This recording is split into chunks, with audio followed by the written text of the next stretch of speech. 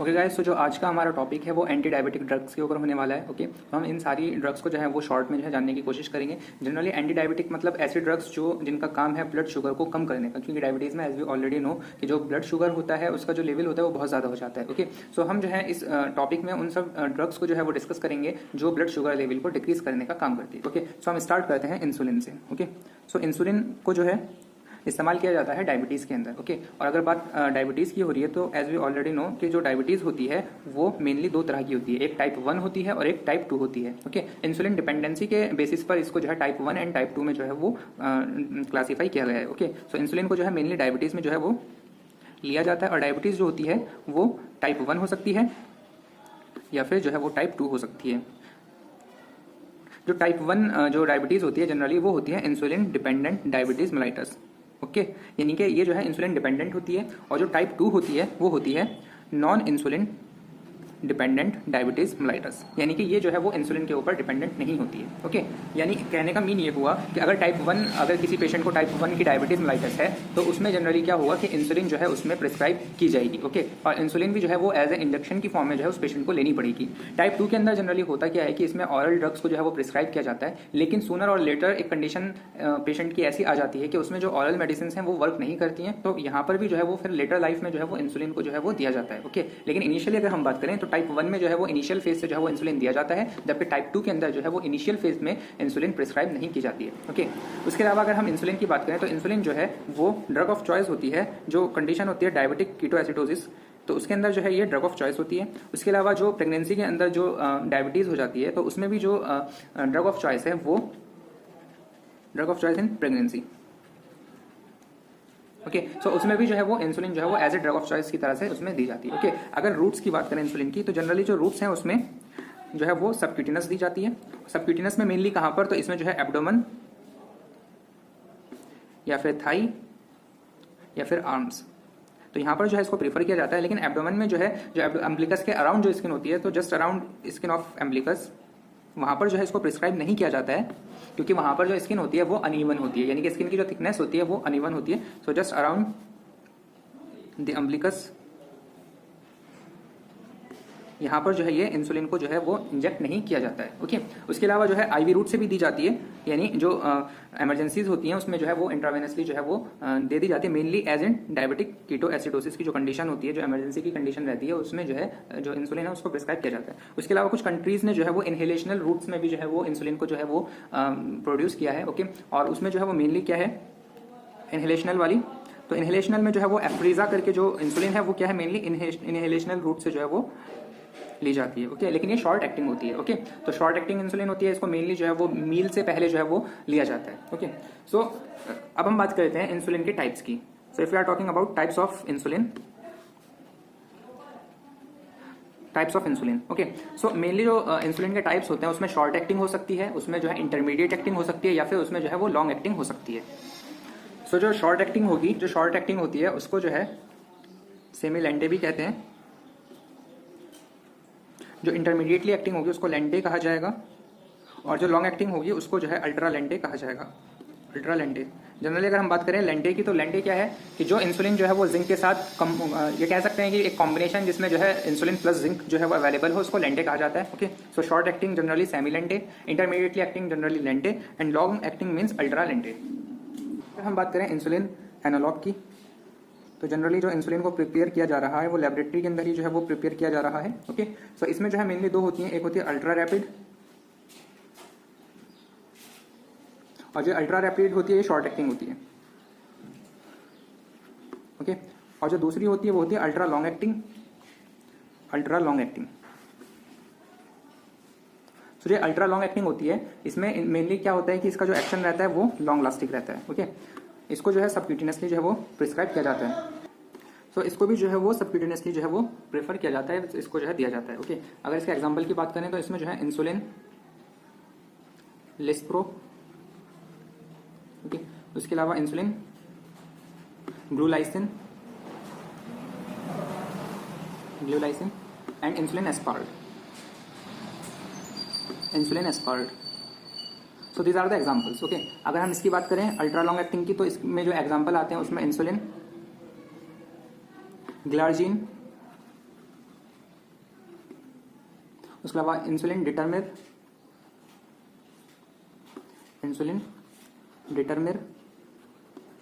And insulin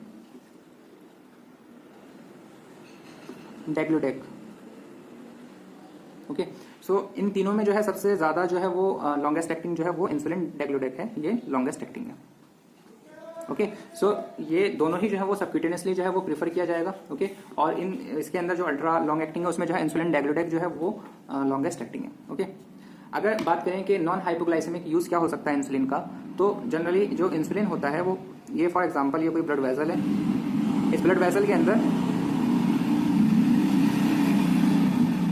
तो इसमें जो है वो ब्लड जो है वो फ्लो कर रहा है। ओके, सो जब ब्लड फ्लो कर रहा है और यहाँ पर फॉर एग्जांपल ब्लड में क्या है, पोटेशियम है। ओके, सो जब कभी जो है वो इंसुलिन या जो बीटा अगोनिस्ट जो ड्रग होती है वो इंसुलिन या जो बीटा अगोनिस्ट ड्रग होती है जब वो एंटर करती है सर्कुलेशन में और वो जो है ब्लड में आती है, ब्लड में आने के बाद में वो क्या करती है कि जो ये पोटेशियम जो है इसका जो क्या करवाती है, इसका ट्रांसपोर्ट करवाती है, तो पोटेशियम ट्रांसपोर्ट होकर टिश्यूज के अंदर आ जाता है। ओके, सो अगर हम बात करें नॉन हाइपोग्लाइसेमिक यूज की, तो उसको जब कोई पेशेंट ऐसा है जिसमें जो है वो हाइपरकैलेमिक कंडीशन है, तो उसमें जो है इंसुलिन अपना ये इफेक्ट डालेगा कि जो पोटेशियम जो एक्सेसिव पोटेशियम जो सर्कुलेशन में है या ब्लड वेजल्स में मौजूद है उसको जो है ट्रांसशिफ्ट कर देगा किसमें, जो नेबरिंग सेल या टिश्यूज होगी उसके अंदर। ओके, सो अगर नॉन हाइपोग्लाइसेमिक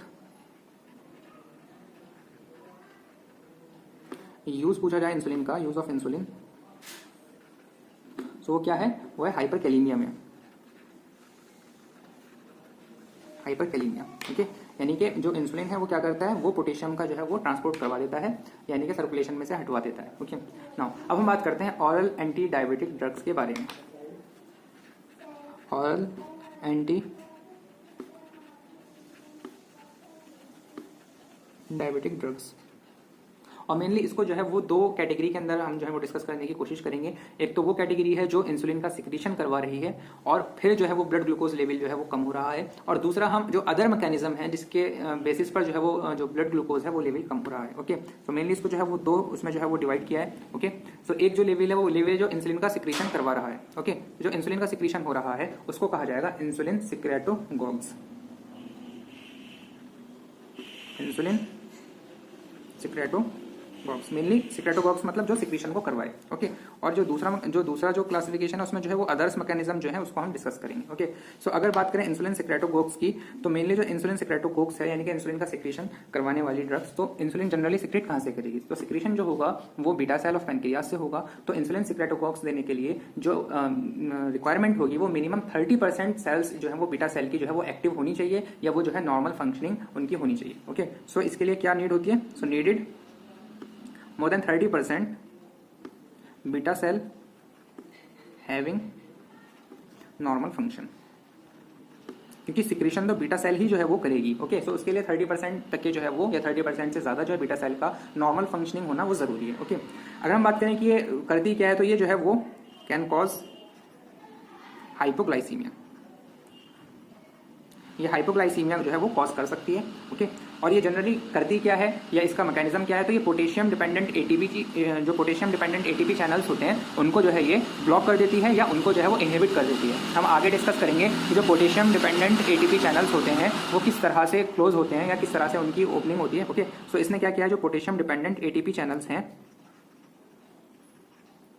उनको इनहिबिट कर दिया था। ओके, सो इस ड्रग ने जो है उनको क्लोज करवा दिया, उनको जो है वो इनहिबिट कर दिया।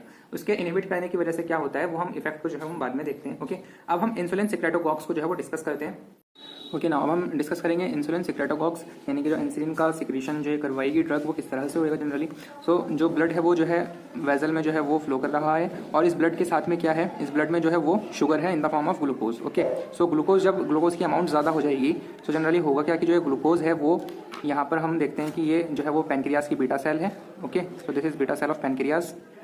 ओके, तो अब जब ये ग्लूकोज जो है वो ज़्यादा हो जाएगा, ग्लूकोज की जो है अमाउंट ज़्यादा हो जाएगी, तो ये ग्लूकोज जो है वो पैनक्रियाज की बीटा सेल में एंट्री करेगा, और यहाँ पर जो है ये पैनक्रियाज की सेल पर जो है ये रिसेप्टर्स हैं, इनको जनरली कहा जाता है glute are receptors. Okay, so ये जो रिसेप्टर्स हैं ये हैं glute R receptor. Okay, so ये रिसेप्टर जो है ओपन हो जाएंगे और यहाँ से जो है वो जो ग्लूकोज है वो बीटा सेल के अंदर जो है वो एंट्री ले लेगा। ओके, यहाँ पे आने के बाद में जो ग्लूकोज है उसका जो है मेटाबॉलिज्म होगा, सो इस ग्लूकोज का जो है वो मेटाबॉलिज्म होगा, मेटाबॉलिज्म के बाद में जो है वो एटीपी का प्रोडक्शन होगा। ओके, तो जब ये एटीपी का प्रोडक्शन होगा तो एटीपी जो है यहाँ पर जो है वो एक तरह से जो है यहाँ पे एक्यूमुलेट होने लगेगी, और इस एटीपी के एक्यूमुलेशन होने की वजह से यहाँ पे एटीपी का एक्यूमुलेशन होने लगेगा। ओके, और इस एक्यूमुलेशन होने की वजह से होगा क्या कि जो ये एटीपी डिपेंडेंट पोटेशियम चैनल है, ये जो एटीपी डिपेंडेंट पोटेशियम चैनल है, एटीपी डिपेंडेंट पोटेशियम चैनल, तो यहाँ पे एटीपी का फॉर्मेशन हो रहा है, और इस एटीपी की फॉर्मेशन और एक्यूमुलेशन होने की वजह से जो ये एटीपी डिपेंडेंट पोटेशियम चैनल है ये जो है वो क्लोज हो जाएंगे। ओके, तो जब ये क्लोज हो जाएंगे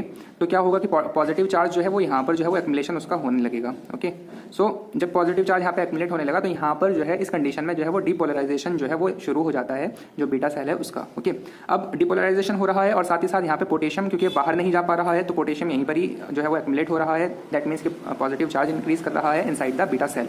अब इस पॉजिटिव चार्ज के बढ़ने की वजह से जो बीटा सेल पे जो कैल्शियम जो चैनल है वो जो है ओपन हो जाएंगे। ओके, सो ये क्या चीज़ है, ये है कैल्शियम चैनल। सो जो ये कैल्शियम चैनल है वो ओपन हो जाएगा और कैल्शियम जो है वो अंदर आना जो है वो चालू हो जाएगा। ओके, सो जो कैल्शियम है वो उसकी एंट्री जो है वो बीटा सेल में हो जाएगी। और जब बीटा सेल में कैल्शियम की जो एंट्री हो जाएगी, कैल्शियम यहाँ पे एक्युमुलेशन उसका कैल्शियम का हो जाएगा यहाँ पे, तो ये ट्रिगर करेगा इंसुलिन को। So generally insulin for example यहाँ पर जो है ये मौजूद है इंसुलिन, सो ये जो है वो ट्रिगर करेगा इंसुलिन को। अब इंसुलिन जो है फिर सिक्रीट होगा और वो इंसुलिन जो है फिर फर्दर ब्लड के अंदर जो है वो आएगा और वो फिर जो है जाकर जो ब्लड शुगर है उसके ऊपर काम करेगा। ओके, सो इस मैकेनिज्म के थ्रू जो है इंसुलिन सिक्रेटोकॉक्स जो है वो काम करती हैं। तो इस सारी उसमें जो है उसकी एक बार हम समरी देख लेते हैं। तो सबसे पहले हुआ क्या था कि ब्लड शुगर का जो लेवल था वो इंक्रीज हुआ था। ओके, तो जो ब्लड शुगर का लेवल है वो इंक्रीज हुआ, उसके लेवल इंक्रीज होने की वजह से क्या हुआ कि ग्लूकोज जो है उसने एंट्री ली, glucose enter into beta cell, enter into beta cell. Okay, किसके थ्रू, थ्रू ग्लूट रिसेप्टर। तो यहाँ पर जो है ग्लूट रिसेप्टर के थ्रू जो है वो ग्लूकोज ने एंट्री ली बीटा सेल के अंदर। उसके बाद में क्या हुआ कि अंदर जो है वो फॉर्मेशन हुआ एटीपी का। तो जब जो है वो ग्लूकोज एंटर करके बीटा सेल में ग्लूट रिसेप्टर की हेल्प से, तो अब यहाँ पर क्या हो रहा है, एटीपी की फॉर्मेशन जो है वो हुई है, formation of ATP, formation of ATP occur. और एटीपी क्यों फॉर्म हो रहा है, क्योंकि ग्लूकोज का यहाँ पर जो है वो मेटाबॉलिज्म, यहाँ पे जी जो है वो डिनोट कर रहा है ग्लूकोज को, तो यहाँ पर जो ग्लूकोज है उसका मेटाबॉलिज्म हुआ और उसकी वजह से जो है वो एटीपी फॉर्म हुई। So formation of ATP occur due to metabolism of glucose, metabolism of glucose. Now अब जब ये ग्लूकोज का मेटाबॉलिज्म हो गया और उसके बाद में एटीपी फॉर्म हो रही है, तो increase ATP will cause the closing of potassium channel. Potassium channel जो है वो क्लोज कर देता है क्योंकि एटीपी जो है वो बहुत ज़्यादा बढ़ रहा है, तो एटीपी का बढ़ना जो है वो पोटेशियम चैनल को क्लोज कर देगा। अब जब क्लोज हो जाएगा तो जो पॉजिटिव चार्ज है यानी कि जो पोटेशियम है वो क्या होगा, पॉजिटिव चार्ज एक्यूमुलेट कर जाएगा, accumulate inside the beta cell. Okay, so positive charge accumulate कर जाएगा जो बीटा सेल है उसके अंदर। ओके, और उसके बाद में क्या होगा कि जब वो अंदर पॉजिटिव चार्ज का एक्यूमुलेशन हो जाएगा तो वो डिपोलराइजेशन को जो है वो शुरू कर देगा। सो डिपोलराइजेशन जो है वो शुरू हो जाएगा। ओके, अब जब डिपोलराइजेशन शुरू हो रहा है तो वो फिर क्या करेगा, depolarisation will lead to opening of calcium channel. So calcium channel जो है वो ओपन कर जाएंगे, और जब कैल्शियम चैनल ओपन कर जाएंगे तो जो कैल्शियम है वो इनसाइड द सेल एंट्री ले लेगा और वहाँ पर जो है वो एक्यूमुलेट हो जाएगा। ओके, और जब एक्यूमुलेट वो हो जाएगा तो वहाँ पर जो है उसके बाद में डिपोलराइजेशन जो है वो कंप्लीट हो जाएगा। ओके, सो कैल्शियम चैनल जो है, या कह सकते हैं जो कैल्शियम है वो एक्यूमुलेट हो गया, accumulated into the beta cell and depolarisation completed. Okay, अब जब ये जो है डिपोलराइजेशन कंप्लीट हो गया तो ये जो है ट्रिगर करेगा, यहाँ पर जो है ये ट्रिगर होगा इंसुलिन को। सो ये ट्रिगर करेगा, ट्रिगर्स इंसुलिन, और ये इंसुलिन जो है फिर फर्दर जो है वो यहाँ पर जो है वो रीच करेगा, यानी कि वो ब्लड शुगर तक के पहुंचेगा और वहाँ पर जाकर काम करेगा। ओके, सो इस तरह से जो है वो यहाँ पर जो इंसुलिन सिक्रेटोकॉक्स हैं वो उसने काम करा है। ओके, अब हम इसकी जो है ड्रग्स को जो है देख लेते हैं कि इसमें कौन कौन सी मेनली ड्रग्स आती हैं इंसुलिन सिक्रेटोकॉक्स के अंदर। सो मेनली जो ड्रग्स हैं वो जो है मेनली दो कैटेगरी की आएंगी, एक जो है वो सल्फोनाइल यूरियज होगी, सल्फोनाइल यूरियज, और दूसरी जो कैटेगरी होगी वो मैग्लिटिनाइड की होगी। ओके, मैग्लिटिनाइड। जो सल्फोनाइल यूरियज है वो फर्दर जो है वो उसकी जो है दो जनरेशन होगी, एक फर्स्ट जनरेशन और एक सेकंड जनरेशन। जो फर्स्ट जनरेशन वाली सल्फोनाइल यूरियज होगी वो कम पोटेंट होगी। ओके, सो इसमें जो है वो फर्स्ट जनरेशन, ओके, तो ये वाली जो होंगी वो लेस पोटेंट होगी, और एक जो है वो सेकंड जनरेशन, उसकी पोटेंसी जो है वो ज़्यादा होगी। ओके, सो अगर हम फर्स्ट जनरेशन की बात करें तो फर्स्ट जनरेशन में मेनली जो आएगी वो आएगी, अगर हम एग्जांपल की बात करें मेनली, सो जो इसकी फर्स्ट जनरेशन में है वो है क्लोरप्रोपामाइड। ओके, क्लोरप्रोपामाइड, और दूसरा जो है वो है टॉलब्यूटामाइड। अगर सेकंड जनरेशन की बात करें तो इसमें मेनली वो ड्रग आएंगी जो लास्ट में जो है वो आइड पर खत्म हो रहा है, जैसे ग्लिपिजाइड, जैसे ग्लिक्लाजाइड, जैसे ग्लीबेनक्लामाइड। ओके, सो ये जो है सेकंड जनरेशन में आएगी। अगर हम मैग्लेटिनाइड की बात करें तो इसमें जनरली जो एग्जांपल है ड्रग का वो nateglinide and repaglinide. Okay, so sulfonylureas यूरियस हो गई, है मैग्लेटिनाइड हो गई। ओके, सो अगर हम यहाँ पर बात करें कि जो भी ड्रग जो है वो आइड पर खत्म हो रही है, यानी कि चाहे वो ये वाली हो, ये वाली हो, ये वाली हो, ये जो भी ड्रग जो है वो आइड पर खत्म हो रही है वो क्या करेगी, और वो ड्रग जो है वो एंटी डायबिटिक के अंदर जो है वो यूज हो रही है, मतलब वो ड्रग का जो है आइड का होना तो जरूरी है लेकिन वो डायबिटिक के ट्रीटमेंट में उसका जो है वो इंक्लूड होना जरूरी है, तो वो ड्रग जो है वो हाइपोग्लाइसीमिया करेगी। Okay, so any drug that ends with ide will cause hypoglycaemia. Okay, लेकिन जो ये है ये ओनली अप्लाई है एंटी डायबिटिक ड्रग के लिए, so only apply on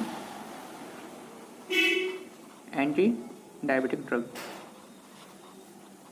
so जो ड्रग जो है वो एंड करेगी आइड वर्ड से तो वो जो है हाइपोग्लाइसीमिया कॉज करेगी, लेकिन ये जो है वो सिर्फ और सिर्फ एंटी डायबिटिक ड्रग्स के लिए ही लिमिटेड है। ओके, अगर हम यहाँ पर बात करें मैग्लेटिनाइड की तो जनरली ये जो होती है वो शॉर्ट एक्टिंग होती है। ओके, शॉर्ट एक्टिंग, और इनका जो है हार्डली 1 आवर में जो इनका इफेक्ट है वो जैसे कहते हैं वो खत्म हो जाता है। ओके, इसलिए जो है इसको वो पोस्ट पैरेंटल हाइपरग्लाइसीमिया की कंडीशन में इसको जो है प्रीफर किया जाता है, यानी कि कुछ पेशेंट्स ऐसे होते हैं उनका जो ग्लूकोज लेवल होता है वो जस्ट आफ्टर टेकिंग मील जो है वो एकदम से बहुत ज़्यादा हो जाता है, तो उस कंडीशन में जो है इसको जो है प्रीफर किया जाता है। Okay, so use in post prandial hyperglycaemic condition, hyperglycaemic condition. Okay, so इसको जनरली तभी प्रीफर किया जाता है कि इसकी शॉर्ट एक्टिंग है, ऐसा इतना सिग्निफिकेंस नहीं है, लेकिन उन पेशेंट्स में जिनका मील के बाद में जो है वो ग्लूकोज लेवल बहुत ज़्यादा राइज अप हो जाता है तो उसमें जो है ये इफेक्टिव रहती है। एंड अगर हम बात करें क्लोरोप्रोपामाइड की तो यहाँ पर जनरली अगर इसका साइड इफेक्ट देखा जाए तो इसका साइड इफेक्ट में क्या है कि ये कॉलिस्टेटिक जॉन्डिस कर सकती है, यानी कि ऑब्स्ट्रक्टिव जॉन्डिस जिसको कहते हैं वो भी ये कर सकती है। सो कॉलिस्टेटिक जॉन्डिस इसका साइड इफेक्ट है। ओके, उसके अलावा जो है ये इसकी वजह से जो है वो जो डाइसल्फाइड जो रिएक्शन होती है, यानी कि अल्कोहल इंटॉलरेंस टाइप की जो रिएक्शन है वो भी ये कॉज कर सकती है। ओके, और इसका एक इफेक्ट ये भी कि एडीएच के टेंशन को जो है वो करवाती है, यानी कि एडीएच के सिक्रीशन को ये इंक्रीज कर देती है। तो इसका इस्तेमाल जो है इसकी इस प्रॉपर्टी का इस्तेमाल करके जो है वो उन पेशेंट में करवाया जा सकता है जो कि डायबिटीज इंसिपिडस से जो है वो जिन पेशेंट को जो है वो डायबिटीज इंसिपिडस हो रही है तो उन पेशेंट में जो है ये समवट इफेक्टिव रहती है क्योंकि एडीएच का रिटेंशन करवाती है। ओके, तो उसकी वजह से इसको वहाँ पर जो है वो इस्तेमाल किया जा सकता है। ओके, सो हमने जो है वो इंसुलिन सिक्रेटागॉग्स वाली जो कैटेगरी थी वो हमने डिस्कस कर दी है। अब जो अदर मैकेनिज्म है जो ओरल एंटी डायबिटिक ड्रग की अदर मैकेनिज्म है उसको हम देख लेते हैं। ओके, सो इसमें हम जो सबसे पहले डिस्कस करेंगे वो metformin and phenformin. Phenformin generally जो ये ड्रग्स हैं दोनों की दोनों जो है वो एक एंजाइम को स्टिमुलेट करती हैं और वो एंजाइम है एएमपी काइनेज। ओके, सो ये दोनों ड्रग जो है वो स्टिमुलेट करती हैं, स्टिमुलेट्स एएमपी काइनेज। और ये जो एंजाइम है ये जनरली जो मेटाबॉलिक जो पाथवे होता है उसमें जो है या तो उस मेटाबॉलिक पाथवे को जो है स्टिमुलेट करेगा या फिर उस मेटाबॉलिक पाथवे को जो है इनहिबिट करेगा और अपना इफेक्ट दिखाएगा। ओके, सो जनरली ये दोनों जो है वो स्टिमुलेट्स करती हैं एएमपी काइनेज को, और जो एएमपी काइनेज है वो फिर फर्दर क्या करता है तो ये मेनली जो है ग्लाइकोजिनोलाइसिस को जो है इसने ब्लॉक कर दिया, ग्लाइकोजिनोलाइसिस इसको ब्लॉक कर दिया। उसके बाद में क्या कर सकता है ग्लूकोनियोजेनेसिस को ब्लॉक कर देता है, ग्लूकोनियोजेनेसिस इसको जो है इसने ब्लॉक किया। उसके अलावा कुछ फैक्टर्स ऐसे हैं जिसको ये स्टिमुलेट करता है जिसमें ग्लाइकोजेनेसिस ग्लाइकोजन की फॉर्मेशन को जो है ये जो है वो प्रमोट कर देता है, उसे स्टिमुलेट कर देता है, और उसके बाद में जो है वो ग्लाइकोलिसिस को ये प्रमोट करता है ताकि जो है वो ग्लूकोज का मेटाबॉलिज्म फास्ट हो। ओके, सो इसने जो है वो ग्लाइकोलिसिस को भी जो है क्या करा है स्टिमुलेट किया है। ओके, सो ये जो एएमपी काइनेज है वो जनरली उसने जो है ये फंक्शन किया, और मेटफॉर्मिन और फेनफॉर्मिन ये दोनों की दोनों जो है वो एएमपी काइनेज वाली जो एंजाइम है उसको जो है स्टिमुलेट करती हैं। अगर हम इसके साइड इफेक्ट्स की बात करें तो जनरली जो इसके साइड इफेक्ट हैं, साइड इफेक्ट में जो है एक तो मेगैलोब्लास्टिक एनीमिया ये कॉज कर सकते हैं, मेगैलोब्लास्टिक एनीमिया। ओके। और दूसरा जो है वो लैक्टिक एसिडोसिस जो है वो ये डेवलप कर सकते हैं। सो लैक्टिक एसिडोसिस जो है वो ये डेवलप कर सकते हैं। अगर हम बात करें मेटफॉर्मिन, तो मेटफॉर्मिन जो है वो एम से शुरू है, तो इसको इस तरह से याद किया जा सकता है कि जो मेगालोब्लास्टिक एनीमिया है वो मेनली कौन कॉज करता है, वो मेटफॉर्मिन कॉज करता है। ओके। और जो लैक्टिक एसिडोसिस है वो जनरली फैनफॉर्मिन जो है वो कॉज करता है, इसीलिए जो है इसको जनरली प्रिस्क्राइब नहीं किया जाता है, क्योंकि ये जो है इसकी टेंडेंसी बहुत ज्यादा होती है लैक्टिक एसिडोसिस को क्रिएट करने की। ओके। जो लैक्टिक एसिडोसिस है वो मेटफॉर्मिन भी क्रिएट करता है, लेकिन ये केवल उन पेशेंट्स में जो है ये लैक्टिक एसिडोसिस जो है वो क्रिएट करता है जो पेशेंट जो है वो रीनल फेलियर की स्टेज पर हो या लिवर फेलियर, कोई हेपेटोटॉक्सिक उनके अंदर ऐसा रिस्क फैक्टर है जो हेपेटोटॉक्सिसिटी को जो है प्रोवोक कर रहा हो। ओके। तो सिर्फ इन कंडीशंस में जो है वो मेटफॉर्मिन जो है वो ये लैक्टिक एसिडोसिस करता है। ओके। अगर हम बात करें मेटफॉर्मिन की, सो मेटफॉर्मिन जो है वो इंसुलिन के बाद में सबसे ज्यादा जो है वो जिसे कहते हैं कि यूजफुल है HbA1c लेवल को डिक्रीज करने में। ओके। सो हम कह सकते हैं कि maximum decrease of HbA1c। Generally जो HbA1c लेवल होता है वो क्या होता है, HbA1c जो है एक ग्लाइकोसाइलेटेड हेमोग्लोबिन है, जो कि मतलब जो डायबिटिक का जो टेस्ट होता है, जो डायबिटीज जो ब्लड शुगर का जो जनरली टेस्ट होता है, तो HbA1c टेस्ट में जो है एक एवरेज वैल्यू आ जाती है और ये अप्रोप्रिएट रहता है। ये इवन जो डायबिटिक पेशेंट होते हैं उनको प्रिस्क्राइब भी किया जाता है कि हर 3 से 4 मंथ में जो है ये करवा लें। उसमें जो है ये पता लग जाता है कि उनका ग्लूकोज पर कितना कंट्रोल है। ओके। वो प्री डायबिटिक कंडीशन में है या डायबिटिक कंडीशन में है, या फिर उनका लेवल कितना चल रहा है, तो वो पूरा एक एवरेज आ जाता है। ओके। तो उस वैल्यू को जो टोटल उस वैल्यू को जो डिक्रीज करता है वो मैक्सिममली जो है वो मेटफॉर्मिन जो है वो डिक्रीज करता है। ओके। तो इसलिए जो है मोस्ट इफेक्टिव ड्रग कहा जाता है आफ्टर इंसुलिन। उसके अलावा जो है इसका इफेक्ट क्या रहता है कि ये वेट लॉस करवा सकती है। ओके। और ये भी हो सकता है कि पेशेंट इसको ले और उसको वेट लॉस ना हो, लेकिन ये वेट गेन नहीं करवाएगी। ओके। सो इसमें जो है वो वेट गेन नहीं होगा, जबकि हमने सल्फोनाइल यूरिएज के अंदर पढ़ा था कि वो वेट गेन करती थी, जबकि यहां पर जो है ये नो वेट गेन। ओके। सो इससे जो है वो वेट गेन नहीं होगा। ओके। उसके अलावा जो है ये हाइपोग्लाइसीमिया को जो है वो कॉज नहीं करेगी। So it cannot cause hypoglycaemia. Okay. उसके अलावा हमने अभी पढ़ा कि जैसे मेटफॉर्मिन जो है वो ड्रग ऑफ चॉइस है टाइप 2 डायबिटीज मेलाइटिस की। सो जो मेटफॉर्मिन है वो ड्रग ऑफ चॉइस है टाइप 2 डायबिटीज मेलाइटिस। ओके।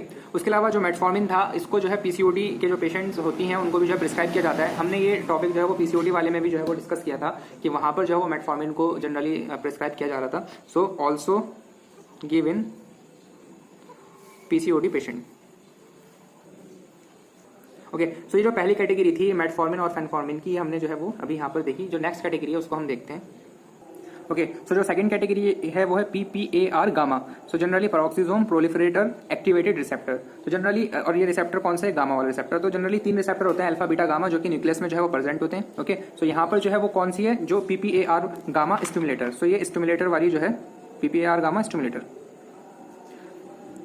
और ये 3 रिसेप्टर होते हैं न्यूक्लियस के अंदर जो प्रेजेंट होते हैं अल्फा बीटा गामा के। ओके। सो ये प्रेजेंट होते हैं किसमें, न्यूक्लियस में। अब हम यहाँ पे जो डिस्कस कर रहे हैं वो गामा वाले डिस्कस कर रहे हैं। तो जब भी जो है वो गामा वाला रिसेप्टर जो है वो स्टिमुलेट होगा तो वो क्या करेगा, तो वो इंसुलिन रेजिस्टेंस को जो है रिवर्स कर देगा, या फिर हम कह सकते हैं कि इंसुलिन रेजिस्टेंस को वो डिक्रीज कर देगा। Okay. So when gamma receptor stimulates, तो जो गामा का रिसेप्टर जो स्टिमुलेट होगा तो वो क्या करेगा, reverses the insulin resistance. Okay. So gamma receptor stimulate हुआ, उसने जो है वो इंसुलिन के रेजिस्टेंस को जो है रिवर्स कर दिया। अगर इस कैटेगरी की अगर हम जो है बात करें ड्रग्स की, तो इनमें मेनली कौन से आते हैं, तो जितनी ग्लिटाजोन से एंड होती है दवाई, like troglitazone, rosiglitazone and pioglitazone, तो ये सारी की सारी जो आती हैं वो PPAR गामा स्टिमुलेटर ड्रग के एग्जाम्पल है। Okay. Like troglitazone, rosiglitazone and pioglitazone. तो ये तीनों की तीनों जो ड्रग हैं वो PPAR गामा स्टिमुलेटर है। ओके। लेकिन इन ड्रग के जो कुछ साइड इफेक्ट हैं, लाइक ये हेपेटोटॉक्सिक हो सकती हैं, इसलिए इन ड्रग को शुरू करने से पहले जो पेशेंट है उसका LFT के लिए जो है वो बोला जाता है कि ये प्रिस्क्रिप्शन लिखने से पहले कि उस पेशेंट की जो प्रॉपर लिवर फंक्शन टेस्ट की मॉनिटरिंग होती रहे। ओके। उसके अलावा जो है ये क्या करता है कि सोडियम और वाटर का रिटेंशन करवा देती है ड्रग्स। उसकी वजह से क्या होता है कि वेट गेन जो है वो हो सकता है, और साथ ही साथ जो है वो जो हार्ट से रिलेटेड जो डिजीज हैं वो जो है ये कॉज कर सकती है। इवन मायोकार्डियल इन्फेक्शन जो है वो ये कॉज कर सकती है। ओके। सो LFT जो टेस्ट है वो LFT का जो टेस्ट है वो जो है पहले करवाया जाता है ये ट्रीटमेंट चालू करने से पहले। ओके। और उसके बाद में क्या कर सकते हैं, ये वेट गेन कर सकती हैं। वेट गेन किस तरह से करेंगी, क्योंकि ये जनरली सोडियम एंड वाटर का जो है रिटेंशन करवाती हैं, तो उसके बेसिस पर जो है ये समवॉट जो वेट होगा वो गेन हो सकता है। उसके अलावा जो हार्ट से रिलेटेड डिजीज है उसको जो है ये प्रोवोक करती हैं, उसको जो है इंक्रीज करती हैं। Okay, so this is all about second category. अब हम थर्ड कैटेगरी के बारे में बात करेंगे, जो अदर मैकेनिज्म का ही ये पोर्शन चल रहा है। तो अदर मैकेनिज्म में जो थर्ड कैटेगरी है वो है alpha glucosidase inhibitor. So alpha glycosidase inhibitor को हम डिस्कस करेंगे, जिसका एग्जांपल जो है वो है एकार्बोज। सो इसमें होता है क्या है कि फॉर एग्जांपल जीआईटी ट्रैक है और इसमें जो फूड लिया जा रहा है, तो इसमें जो फूड है उसमें जो कार्बोहाइड्रेट्स है वो एज अ कॉम्प्लेक्स मॉलिक्यूल में जो है वो एंटर करता है। ओके, और उसके बाद में फिर जो है ये जो अल्फा ग्लाइकोसाइडेज है, अल्फा ग्लाइकोसाइडेज ये क्या करता है कि जो कॉम्प्लेक्स फूड पार्टिकल है इसके ऊपर एक्ट करके इसको जो है वो simple absorbable simple absorbable sugar particle के अंदर या कार्बोहाइड्रेट पार्टिकल के अंदर ये कन्वर्ट कर देता है और फिर उसके बाद में इसका एब्जॉर्प्शन हो जाता है। Okay, so generally alpha glycosidase ने करा क्या था, alpha glycosidase work as converting complex carbohydrate molecule into simple absorbable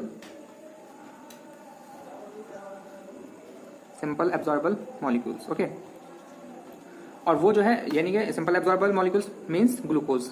सो वो ग्लूकोज में जो है वो कॉम्प्लेक्स को जो है वो ग्लूकोज में जो कन्वर्ट कर देता है और उसके बाद में उसका जो है एब्जॉर्प्शन हो जाता है। तो अगर इस एंजाइम को जो है वो इनहिबिट कर दिया जाए, इस एंजाइम को ब्लॉक कर दिया जाए, तो जो कॉम्प्लेक्स जो कार्बोहाइड्रेट मॉलिक्यूल है वो एब्जॉर्बल कार्बोहाइड्रेट मॉलिक्यूल में कन्वर्ट नहीं होगा और उससे क्या होगा कि अगर कन्वर्ट नहीं हुआ तो जो ब्लड ग्लूकोज लेवल है वो राइज नहीं करेगा। ओके, सो कार्बोज जो है वो यही काम करती है कि वो इस अल्फा ग्लाइकोसाइडेज एंजाइम को जो है वो ब्लॉक कर देती है। ओके, सो अगर हम इसका एग्जाम्पल की बात करें तो इसके एग्जाम्पल के अंदर जो है, तो इसके एग्जाम्पल में जनरली जो है वो है माइग्लिटॉल एंड वोग्लिबोज। सो ये दोनों जो है वो एग्जांपल हैं अल्फा ग्लाइकोसाइडेज इनहिबिटर के। अगर हम इसके साइड इफेक्ट की बात करें तो जनरली इसका साइड इफेक्ट क्या है, तो साइड इफेक्ट इसका ये है कि फ्लैचुलेंसी जो है ये डेवलप करता है, फ्लैचुलेंस। ओके, और इसी वजह से जो है इसको कॉन्ट्राइंडिकेटेड माना गया है। किस कंडीशन में, जो आईबीडी के जो पेशेंट्स होते हैं, इरिटेबल बाउल सिंड्रोम के पेशेंट्स हैं, उसमें जो है ये कॉन्ट्राइंडिकेटेड माना गया है। और आईबीडी में भी अल्सरेटिव कोलाइटिस है, उसके अंदर भी जो है इसको कॉन्ट्राइंडिकेटेड बताया गया है। और जो कॉन्स डिजीज है उसमें भी जो है इसको कॉन्ट्राइंडिकेटेड बताया गया है, क्योंकि ऑलरेडी वहां पर इन्फ्लामेशन है। ओके, सो अगर वहां पर फ्लैचुलेंसी डेवलप हो जाएगी तो वो बहुत ज्यादा अमाउंट में जो है वहां पर डेवलप होगी और उसकी वजह से क्या होगा कि जो इंटेस्टाइनल टिश्यूज हैं वो रप्चर होने का खतरा बना रहता है। ओके, सो ये थर्ड कैटेगरी थी, that is alpha glycosidase inhibitor. Okay, so this is all about the other mechanism कि जिस तरह से जो है वो जो ड्रग्स हैं वो काम कर रही हैं और वो ब्लड ग्लूकोज लेवल को जो है वो कम कर रही हैं। ओके, सो अब हम स्टार्ट करते हैं न्यू एंटी डायबिटिक ड्रग्स। उसमें हम कुछ न्यू डेवलपिंग जो है वो डायबिटिक ड्रग्स को जो है वो डिस्कस करते हैं। ओके, सो जो न्यू एंटी डायबिटिक ड्रग है उसमें हम सबसे पहले जो पढ़ेंगे वो पढ़ेंगे इनक्रेटिन माइमेटिक्स। ओके, सो सबसे पहले जो हम डिस्कस करेंगे वो करेंगे इनक्रेटिन माइमेटिक्स, यानी कि इनक्रेटिन की तरह काम करने वाले। लेकिन यहाँ पर क्वेश्चन ये उठता है कि इनक्रेटिन होता है क्या है। तो जनरली इनक्रेटिन सब्सटेंस होता है जो तब रिलीज होता है और हमारे जो जीआई सिस्टम होता है वहाँ से रिलीज होता है जब हम खाना खाते हैं। So when we eat food तो ये सब्सटेंस जो है वो रिलीज होते हैं। ओके, और इनका काम क्या होता है, जो इनक्रेटिन होता है उनका काम होता है कि इंसुलिन को रिलीज करवाना और जो ग्लूकागन है उसके लेवल को डिक्रीज करना। अगर ये सिक्रेट ना हो तो खाना खाने के फौरन बाद जो है वो क्या होगा कि जो ब्लड शुगर है वो बहुत ज़्यादा जो है वो इंक्रीज हो जाएगा, जबकि जनरली ऐसा नहीं होता है। तो वो इनक्रेटिन सब्सटेंस की वजह से जो है वो इंक्रीज नहीं हो पाती है। ओके, सिक्रेट कहाँ से होते हैं, ये जो है वो जीआई सिस्टम से ही जो है वो सिक्रेट होते हैं और वो तब सिक्रेट होते हैं जब जैसे ही जो है वो जो कोई भी है वो जब मील को जो है वो ले रहा है, इंटेक कर रहा है, तो तब जो है ये रिलीज होता है। ओके, सो इनक्रेटिन क्या है, इनक्रेटिन आर सब्सटेंस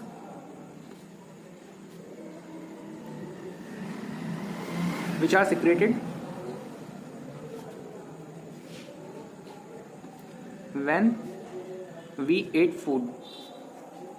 ओके, और इसका काम क्या रहता है, तो एक तो इंसुलिन के लेवल को जो है इंसुलिन का सिक्रीशन जो है वो करवाता है ये। ओके, और दूसरा क्या करता है, जो ग्लूकागन लेवल है उसको जो है डिक्रीज करता है, ग्लूकागन लेवल को क्या करेगा, डिक्रीज करेगा। ओके, और तीसरा क्या मेन इसका काम होता है वो ये रहता है कि ये गैस्ट्रिक एम्पटिंग को डिक्रीज करता है। तो जब जिसकी गैस्ट्रिक एम्पटिंग जो है वो डिक्रीज होगी, दैट मीन्स कि उसके गैस्ट्रिक एरिया के अंदर जो है कंटेंट, फूड कंटेंट वो अवेलेबल रहेगा। ओके, तो जब अवेलेबल है तो उसको जो है फर्दर जो है वो बहुत जल्दी जो है वो जिसे कहते हैं कि डिजायर नहीं होगी फूड इंटेक करने की, तो उसकी वजह से क्या है कि जो ब्लड शुगर लेवल है वो इंक्रीज नहीं होगा। ओके, तो इसने थर्ड काम क्या किया कि डिक्रीज गैस्ट्रिक एम्पटिंग। ओके, और इसी इनक्रेटिन माइमेटिक्स का जो है वो एक एंडोजिनस इनक्रेटिन माइमेटिक्स है वो है GLP।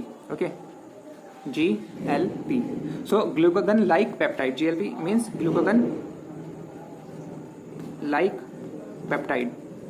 फंक्शन इसका भी वही है, बिल्कुल सेम है. ओके, मेन वर्क क्या है इसका? तो मेन वर्क जो है वो है इंसुलिन का सिक्रीशन करवाना, इंसुलिन सिक्रेशन. ओके, इसने जो है वो एपेप्टाइड को जो है वो दो मेथड से जो है उसने डिक्रीज किया. So it decreases a peptide. कौन कौन से उससे? तो सबसे पहले जो है इसने गैस्ट्रिक सेंटर को जो है वो ब्लॉक किया, गैस्ट्रिक सेंटर को जो है इसने ब्लॉक किया. और जो सटाइटी सेंटर है उसको स्टिमुलेट किया. जो सटाइटी सेंटर है उसको जो है, सटाइटी सेंटर को जो है इसने स्टिमुलेट किया, उसको जो है बताया कि वो जो है अभी जिसे कहते हैं कि फूड इनटेक की नीड नहीं है. ओके, और इसका और मेन काम क्या है कि ये जो है वो जो बीटा सेल है पैनक्रियाज की, उसमें जो एपोप्टोसिस होती है या जो एपोप्टोसिस हो रही होगी उसको जो है ये डिक्रीज करेगा. तो decrease apoptosis of beta cell of pancreas. Okay, अब हम डिस्कस करते हैं जीएलपी एनालॉग्स के. ओके, सो जो जीएलपी के एनालॉग्स होते हैं वो कितनी तरह के होते हैं? तो जनरली दो तरह के होते हैं, GLP-1 and GLP-2. So GLP analogues जो है वो GLP-1 एंड GLP-2. जो GLP-1 होता है उसका मेन काम क्या होता है? उसका मेन काम होता है इंसुलिन के सिक्रीशन को इंक्रीज करना, increase the secretion of insulin. So इसने जो है इंसुलिन के सिक्रीशन को इंक्रीज कर दिया. और GLP-2 है, उसका मेन काम क्या है? तो इसने जो है इसका जो मेन काम है वो क्या है कि जो गैस्ट्रिक एम्प्टी है उसको डिक्रीज करना, डिक्रीज दी गैस्ट्रिक एम्प्टिंग. सो जब गैस्ट्रिक एम्प्टिंग डिक्रीज होगी तो जो फूड इनटेक है वो एकदम से नहीं लिया जाएगा, यानी कि जो है वो अल्टीमेटली जो है वो ब्लड शुगर को जो है वो बढ़ने नहीं देगा. ओके, सो अगर हम एग्जांपल्स की बात करें जो GLP-1 ड्रग्स हैं उसके अगर हम एग्जांपल की बात करें तो इसमें जो है वो एक्जेंटाइड, लीराग्लूटाइड, सीमाग्लूटाइड, एल्बिग्लूटाइड, ये जो है मेन इसकी जो है वो मेनली जो है ये कंसिस्ट करती हैं. ये ओके, जितनी भी ड्रग हैं वो सब की सब जो है इंजेक्टेबल हैं. ओके, और ये कॉज कर सकती हैं वेट लॉस को. ओके, सो ये एक्जेंटाइड, लीराग्लूटाइड, सीमाग्लूटाइड, एल्बिग्लूटाइड, ये सारी एग्जांपल हैं GLP-1 एनालॉग की. ओके, और अगर इसके साइड इफेक्ट की बात करें तो जनरली साइड इफेक्ट में क्या है इसका? तो नॉशिया हो सकता है, वोमिटिंग हो सकती है, पैनक्रेटाइटिस जो है वो देखा जा सकता है, जो क्रोनिक कंडीशन है मेनली. ओके, उसके अलावा जो है वो मेडुला का carcinoma, so C of medulla, and thyroid and hypoglycaemia. Okay, अगर हम बात करें GLP-2 की, सो GLP-2 के अंदर जनरली जो इसका एग्जांपल है वो टेडुग्लूटाइड है. ओके, और जो टेडुग्लूटाइड है इसको जो है वो जो शॉर्ट बोवेल सिंड्रोम है उसमें भी जो है इसको यूज किया जा सकता है. So also use in short bowel syndrome. Okay, so यहाँ पर हमने GLP को जो है वो डिस्कस कर लिया है. जनरली होता क्या है कि जो GLP है, जो इंक्रेटिन है, उसको जो है एक एंजाइम जो DPP-4 जो है वो एंजाइम उसको मेटाबोलाइज कर देता है और उसके इफेक्ट को जो है वो खत्म कर देता है. ओके, ओके, सो GLP था उस पर एक एंजाइम DPP-4 इसने एक्ट किया और उसने जो है मेटाबोलाइज कर लिया और उसके एक्शन को कर दिया खत्म. ओके, जनरली DPP-4 क्या है? तो डाईपेप्टिडाइल पेप्टिडेज 4. ओके, सो अगर इस एंजाइम को जो है वो इनहिबिट कर दिया जाए तो GLP का जो काम है वो खत्म नहीं होगा. ओके, और काम क्या है इसका? मेनली वही इंसुलिन के सिक्रीशन को इंक्रीज करना, गैस्ट्रिक एम्प्टिंग को डिक्रीज करना. ओके, सो कुछ दवाइयां ऐसी हैं जो इस एंजाइम को जो है वो ब्लॉक कर देती हैं. ओके, सो जो दवाइयां जो है वो इनहिबिट कर रही हैं DPP-4 को, सो drugs that block the DPP-4 वो कौन कौन से उसके अगर एग्जाम्पल को देखें सो उसमें जो एग्जाम्पल्स हैं वो ड्रग्स हैं मेनली जो ग्लिप्टिन के साथ में जो वो एंड करती हैं, like sitagliptin, vildagliptin, alogliptin, saxagliptin and linagliptin. ये सारी की सारी जो ड्रग्स हैं वो DPP-4, all are DPP-4 blocker. Okay, और इनको जो है वो ऑरली भी जो है वो दिया जा सकता है, कैन ऑरली गिवन. ओके, अगर इसके साइड इफेक्ट की बात करें तो मेनली साइड इफेक्ट जो है वो है नेसोफेरेंजाइटिस,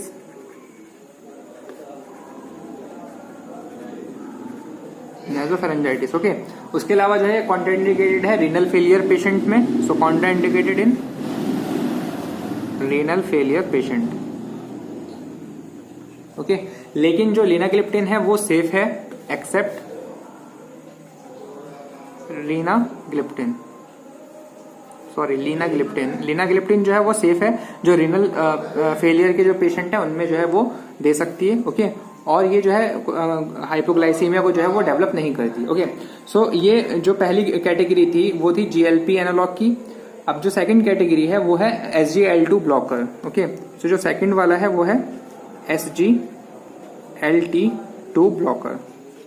जनरली ये sodium glucose link transport channels होते हैं। ओके, जो मेनली देखा जाता है कि नेफ्रॉन पर जो है प्रेजेंट होते हैं। ओके, सो अगर नेफ्रॉन की बात करें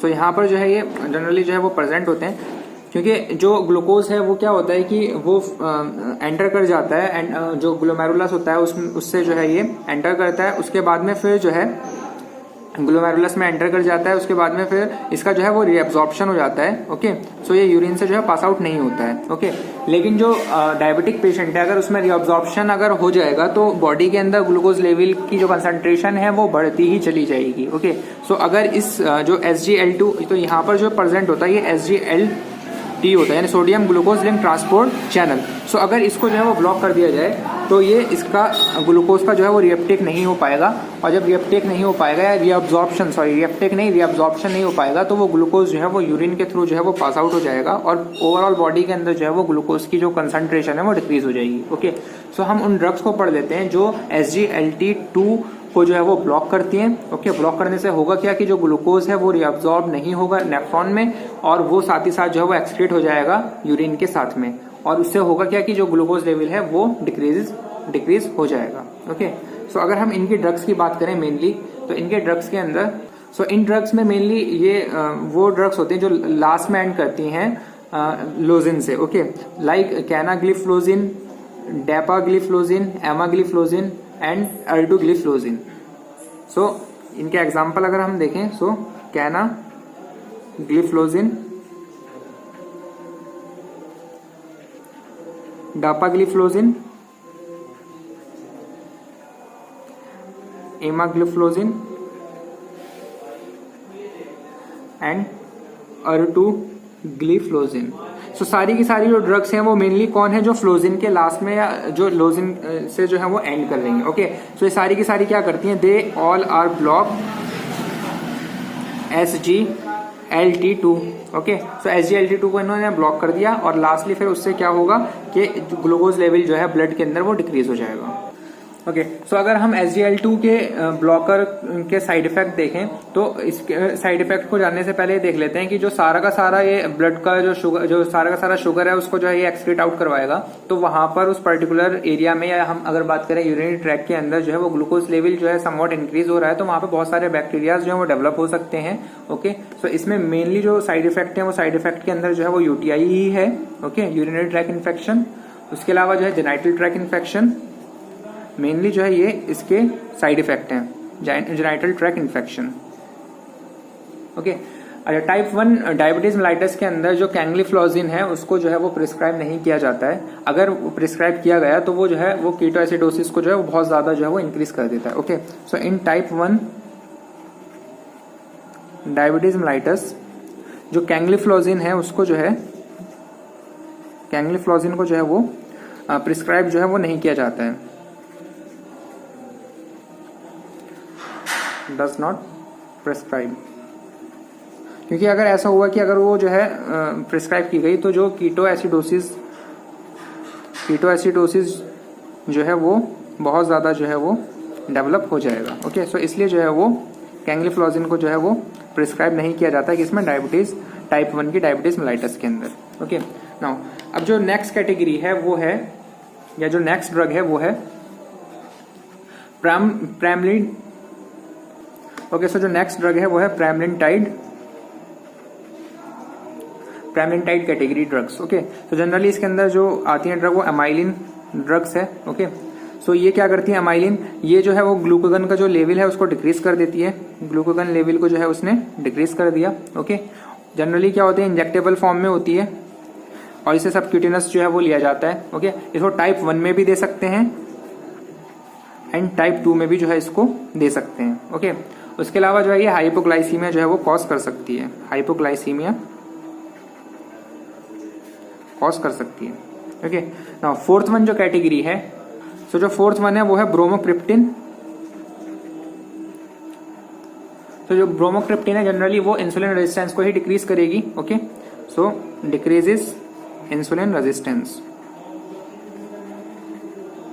ओके, और इसको जो है वो अर्ली इन द मॉर्निंग जो है वो दिया जाता है, अर्ली इन द मॉर्निंग जो है इसको प्रिस्क्राइब किया जाता है। फंक्शन वही है कि इंसुलिन के रेजिस्टेंस को जो है कम कर रही है। Okay, so this is all about the anti diabetic drug. Thank you.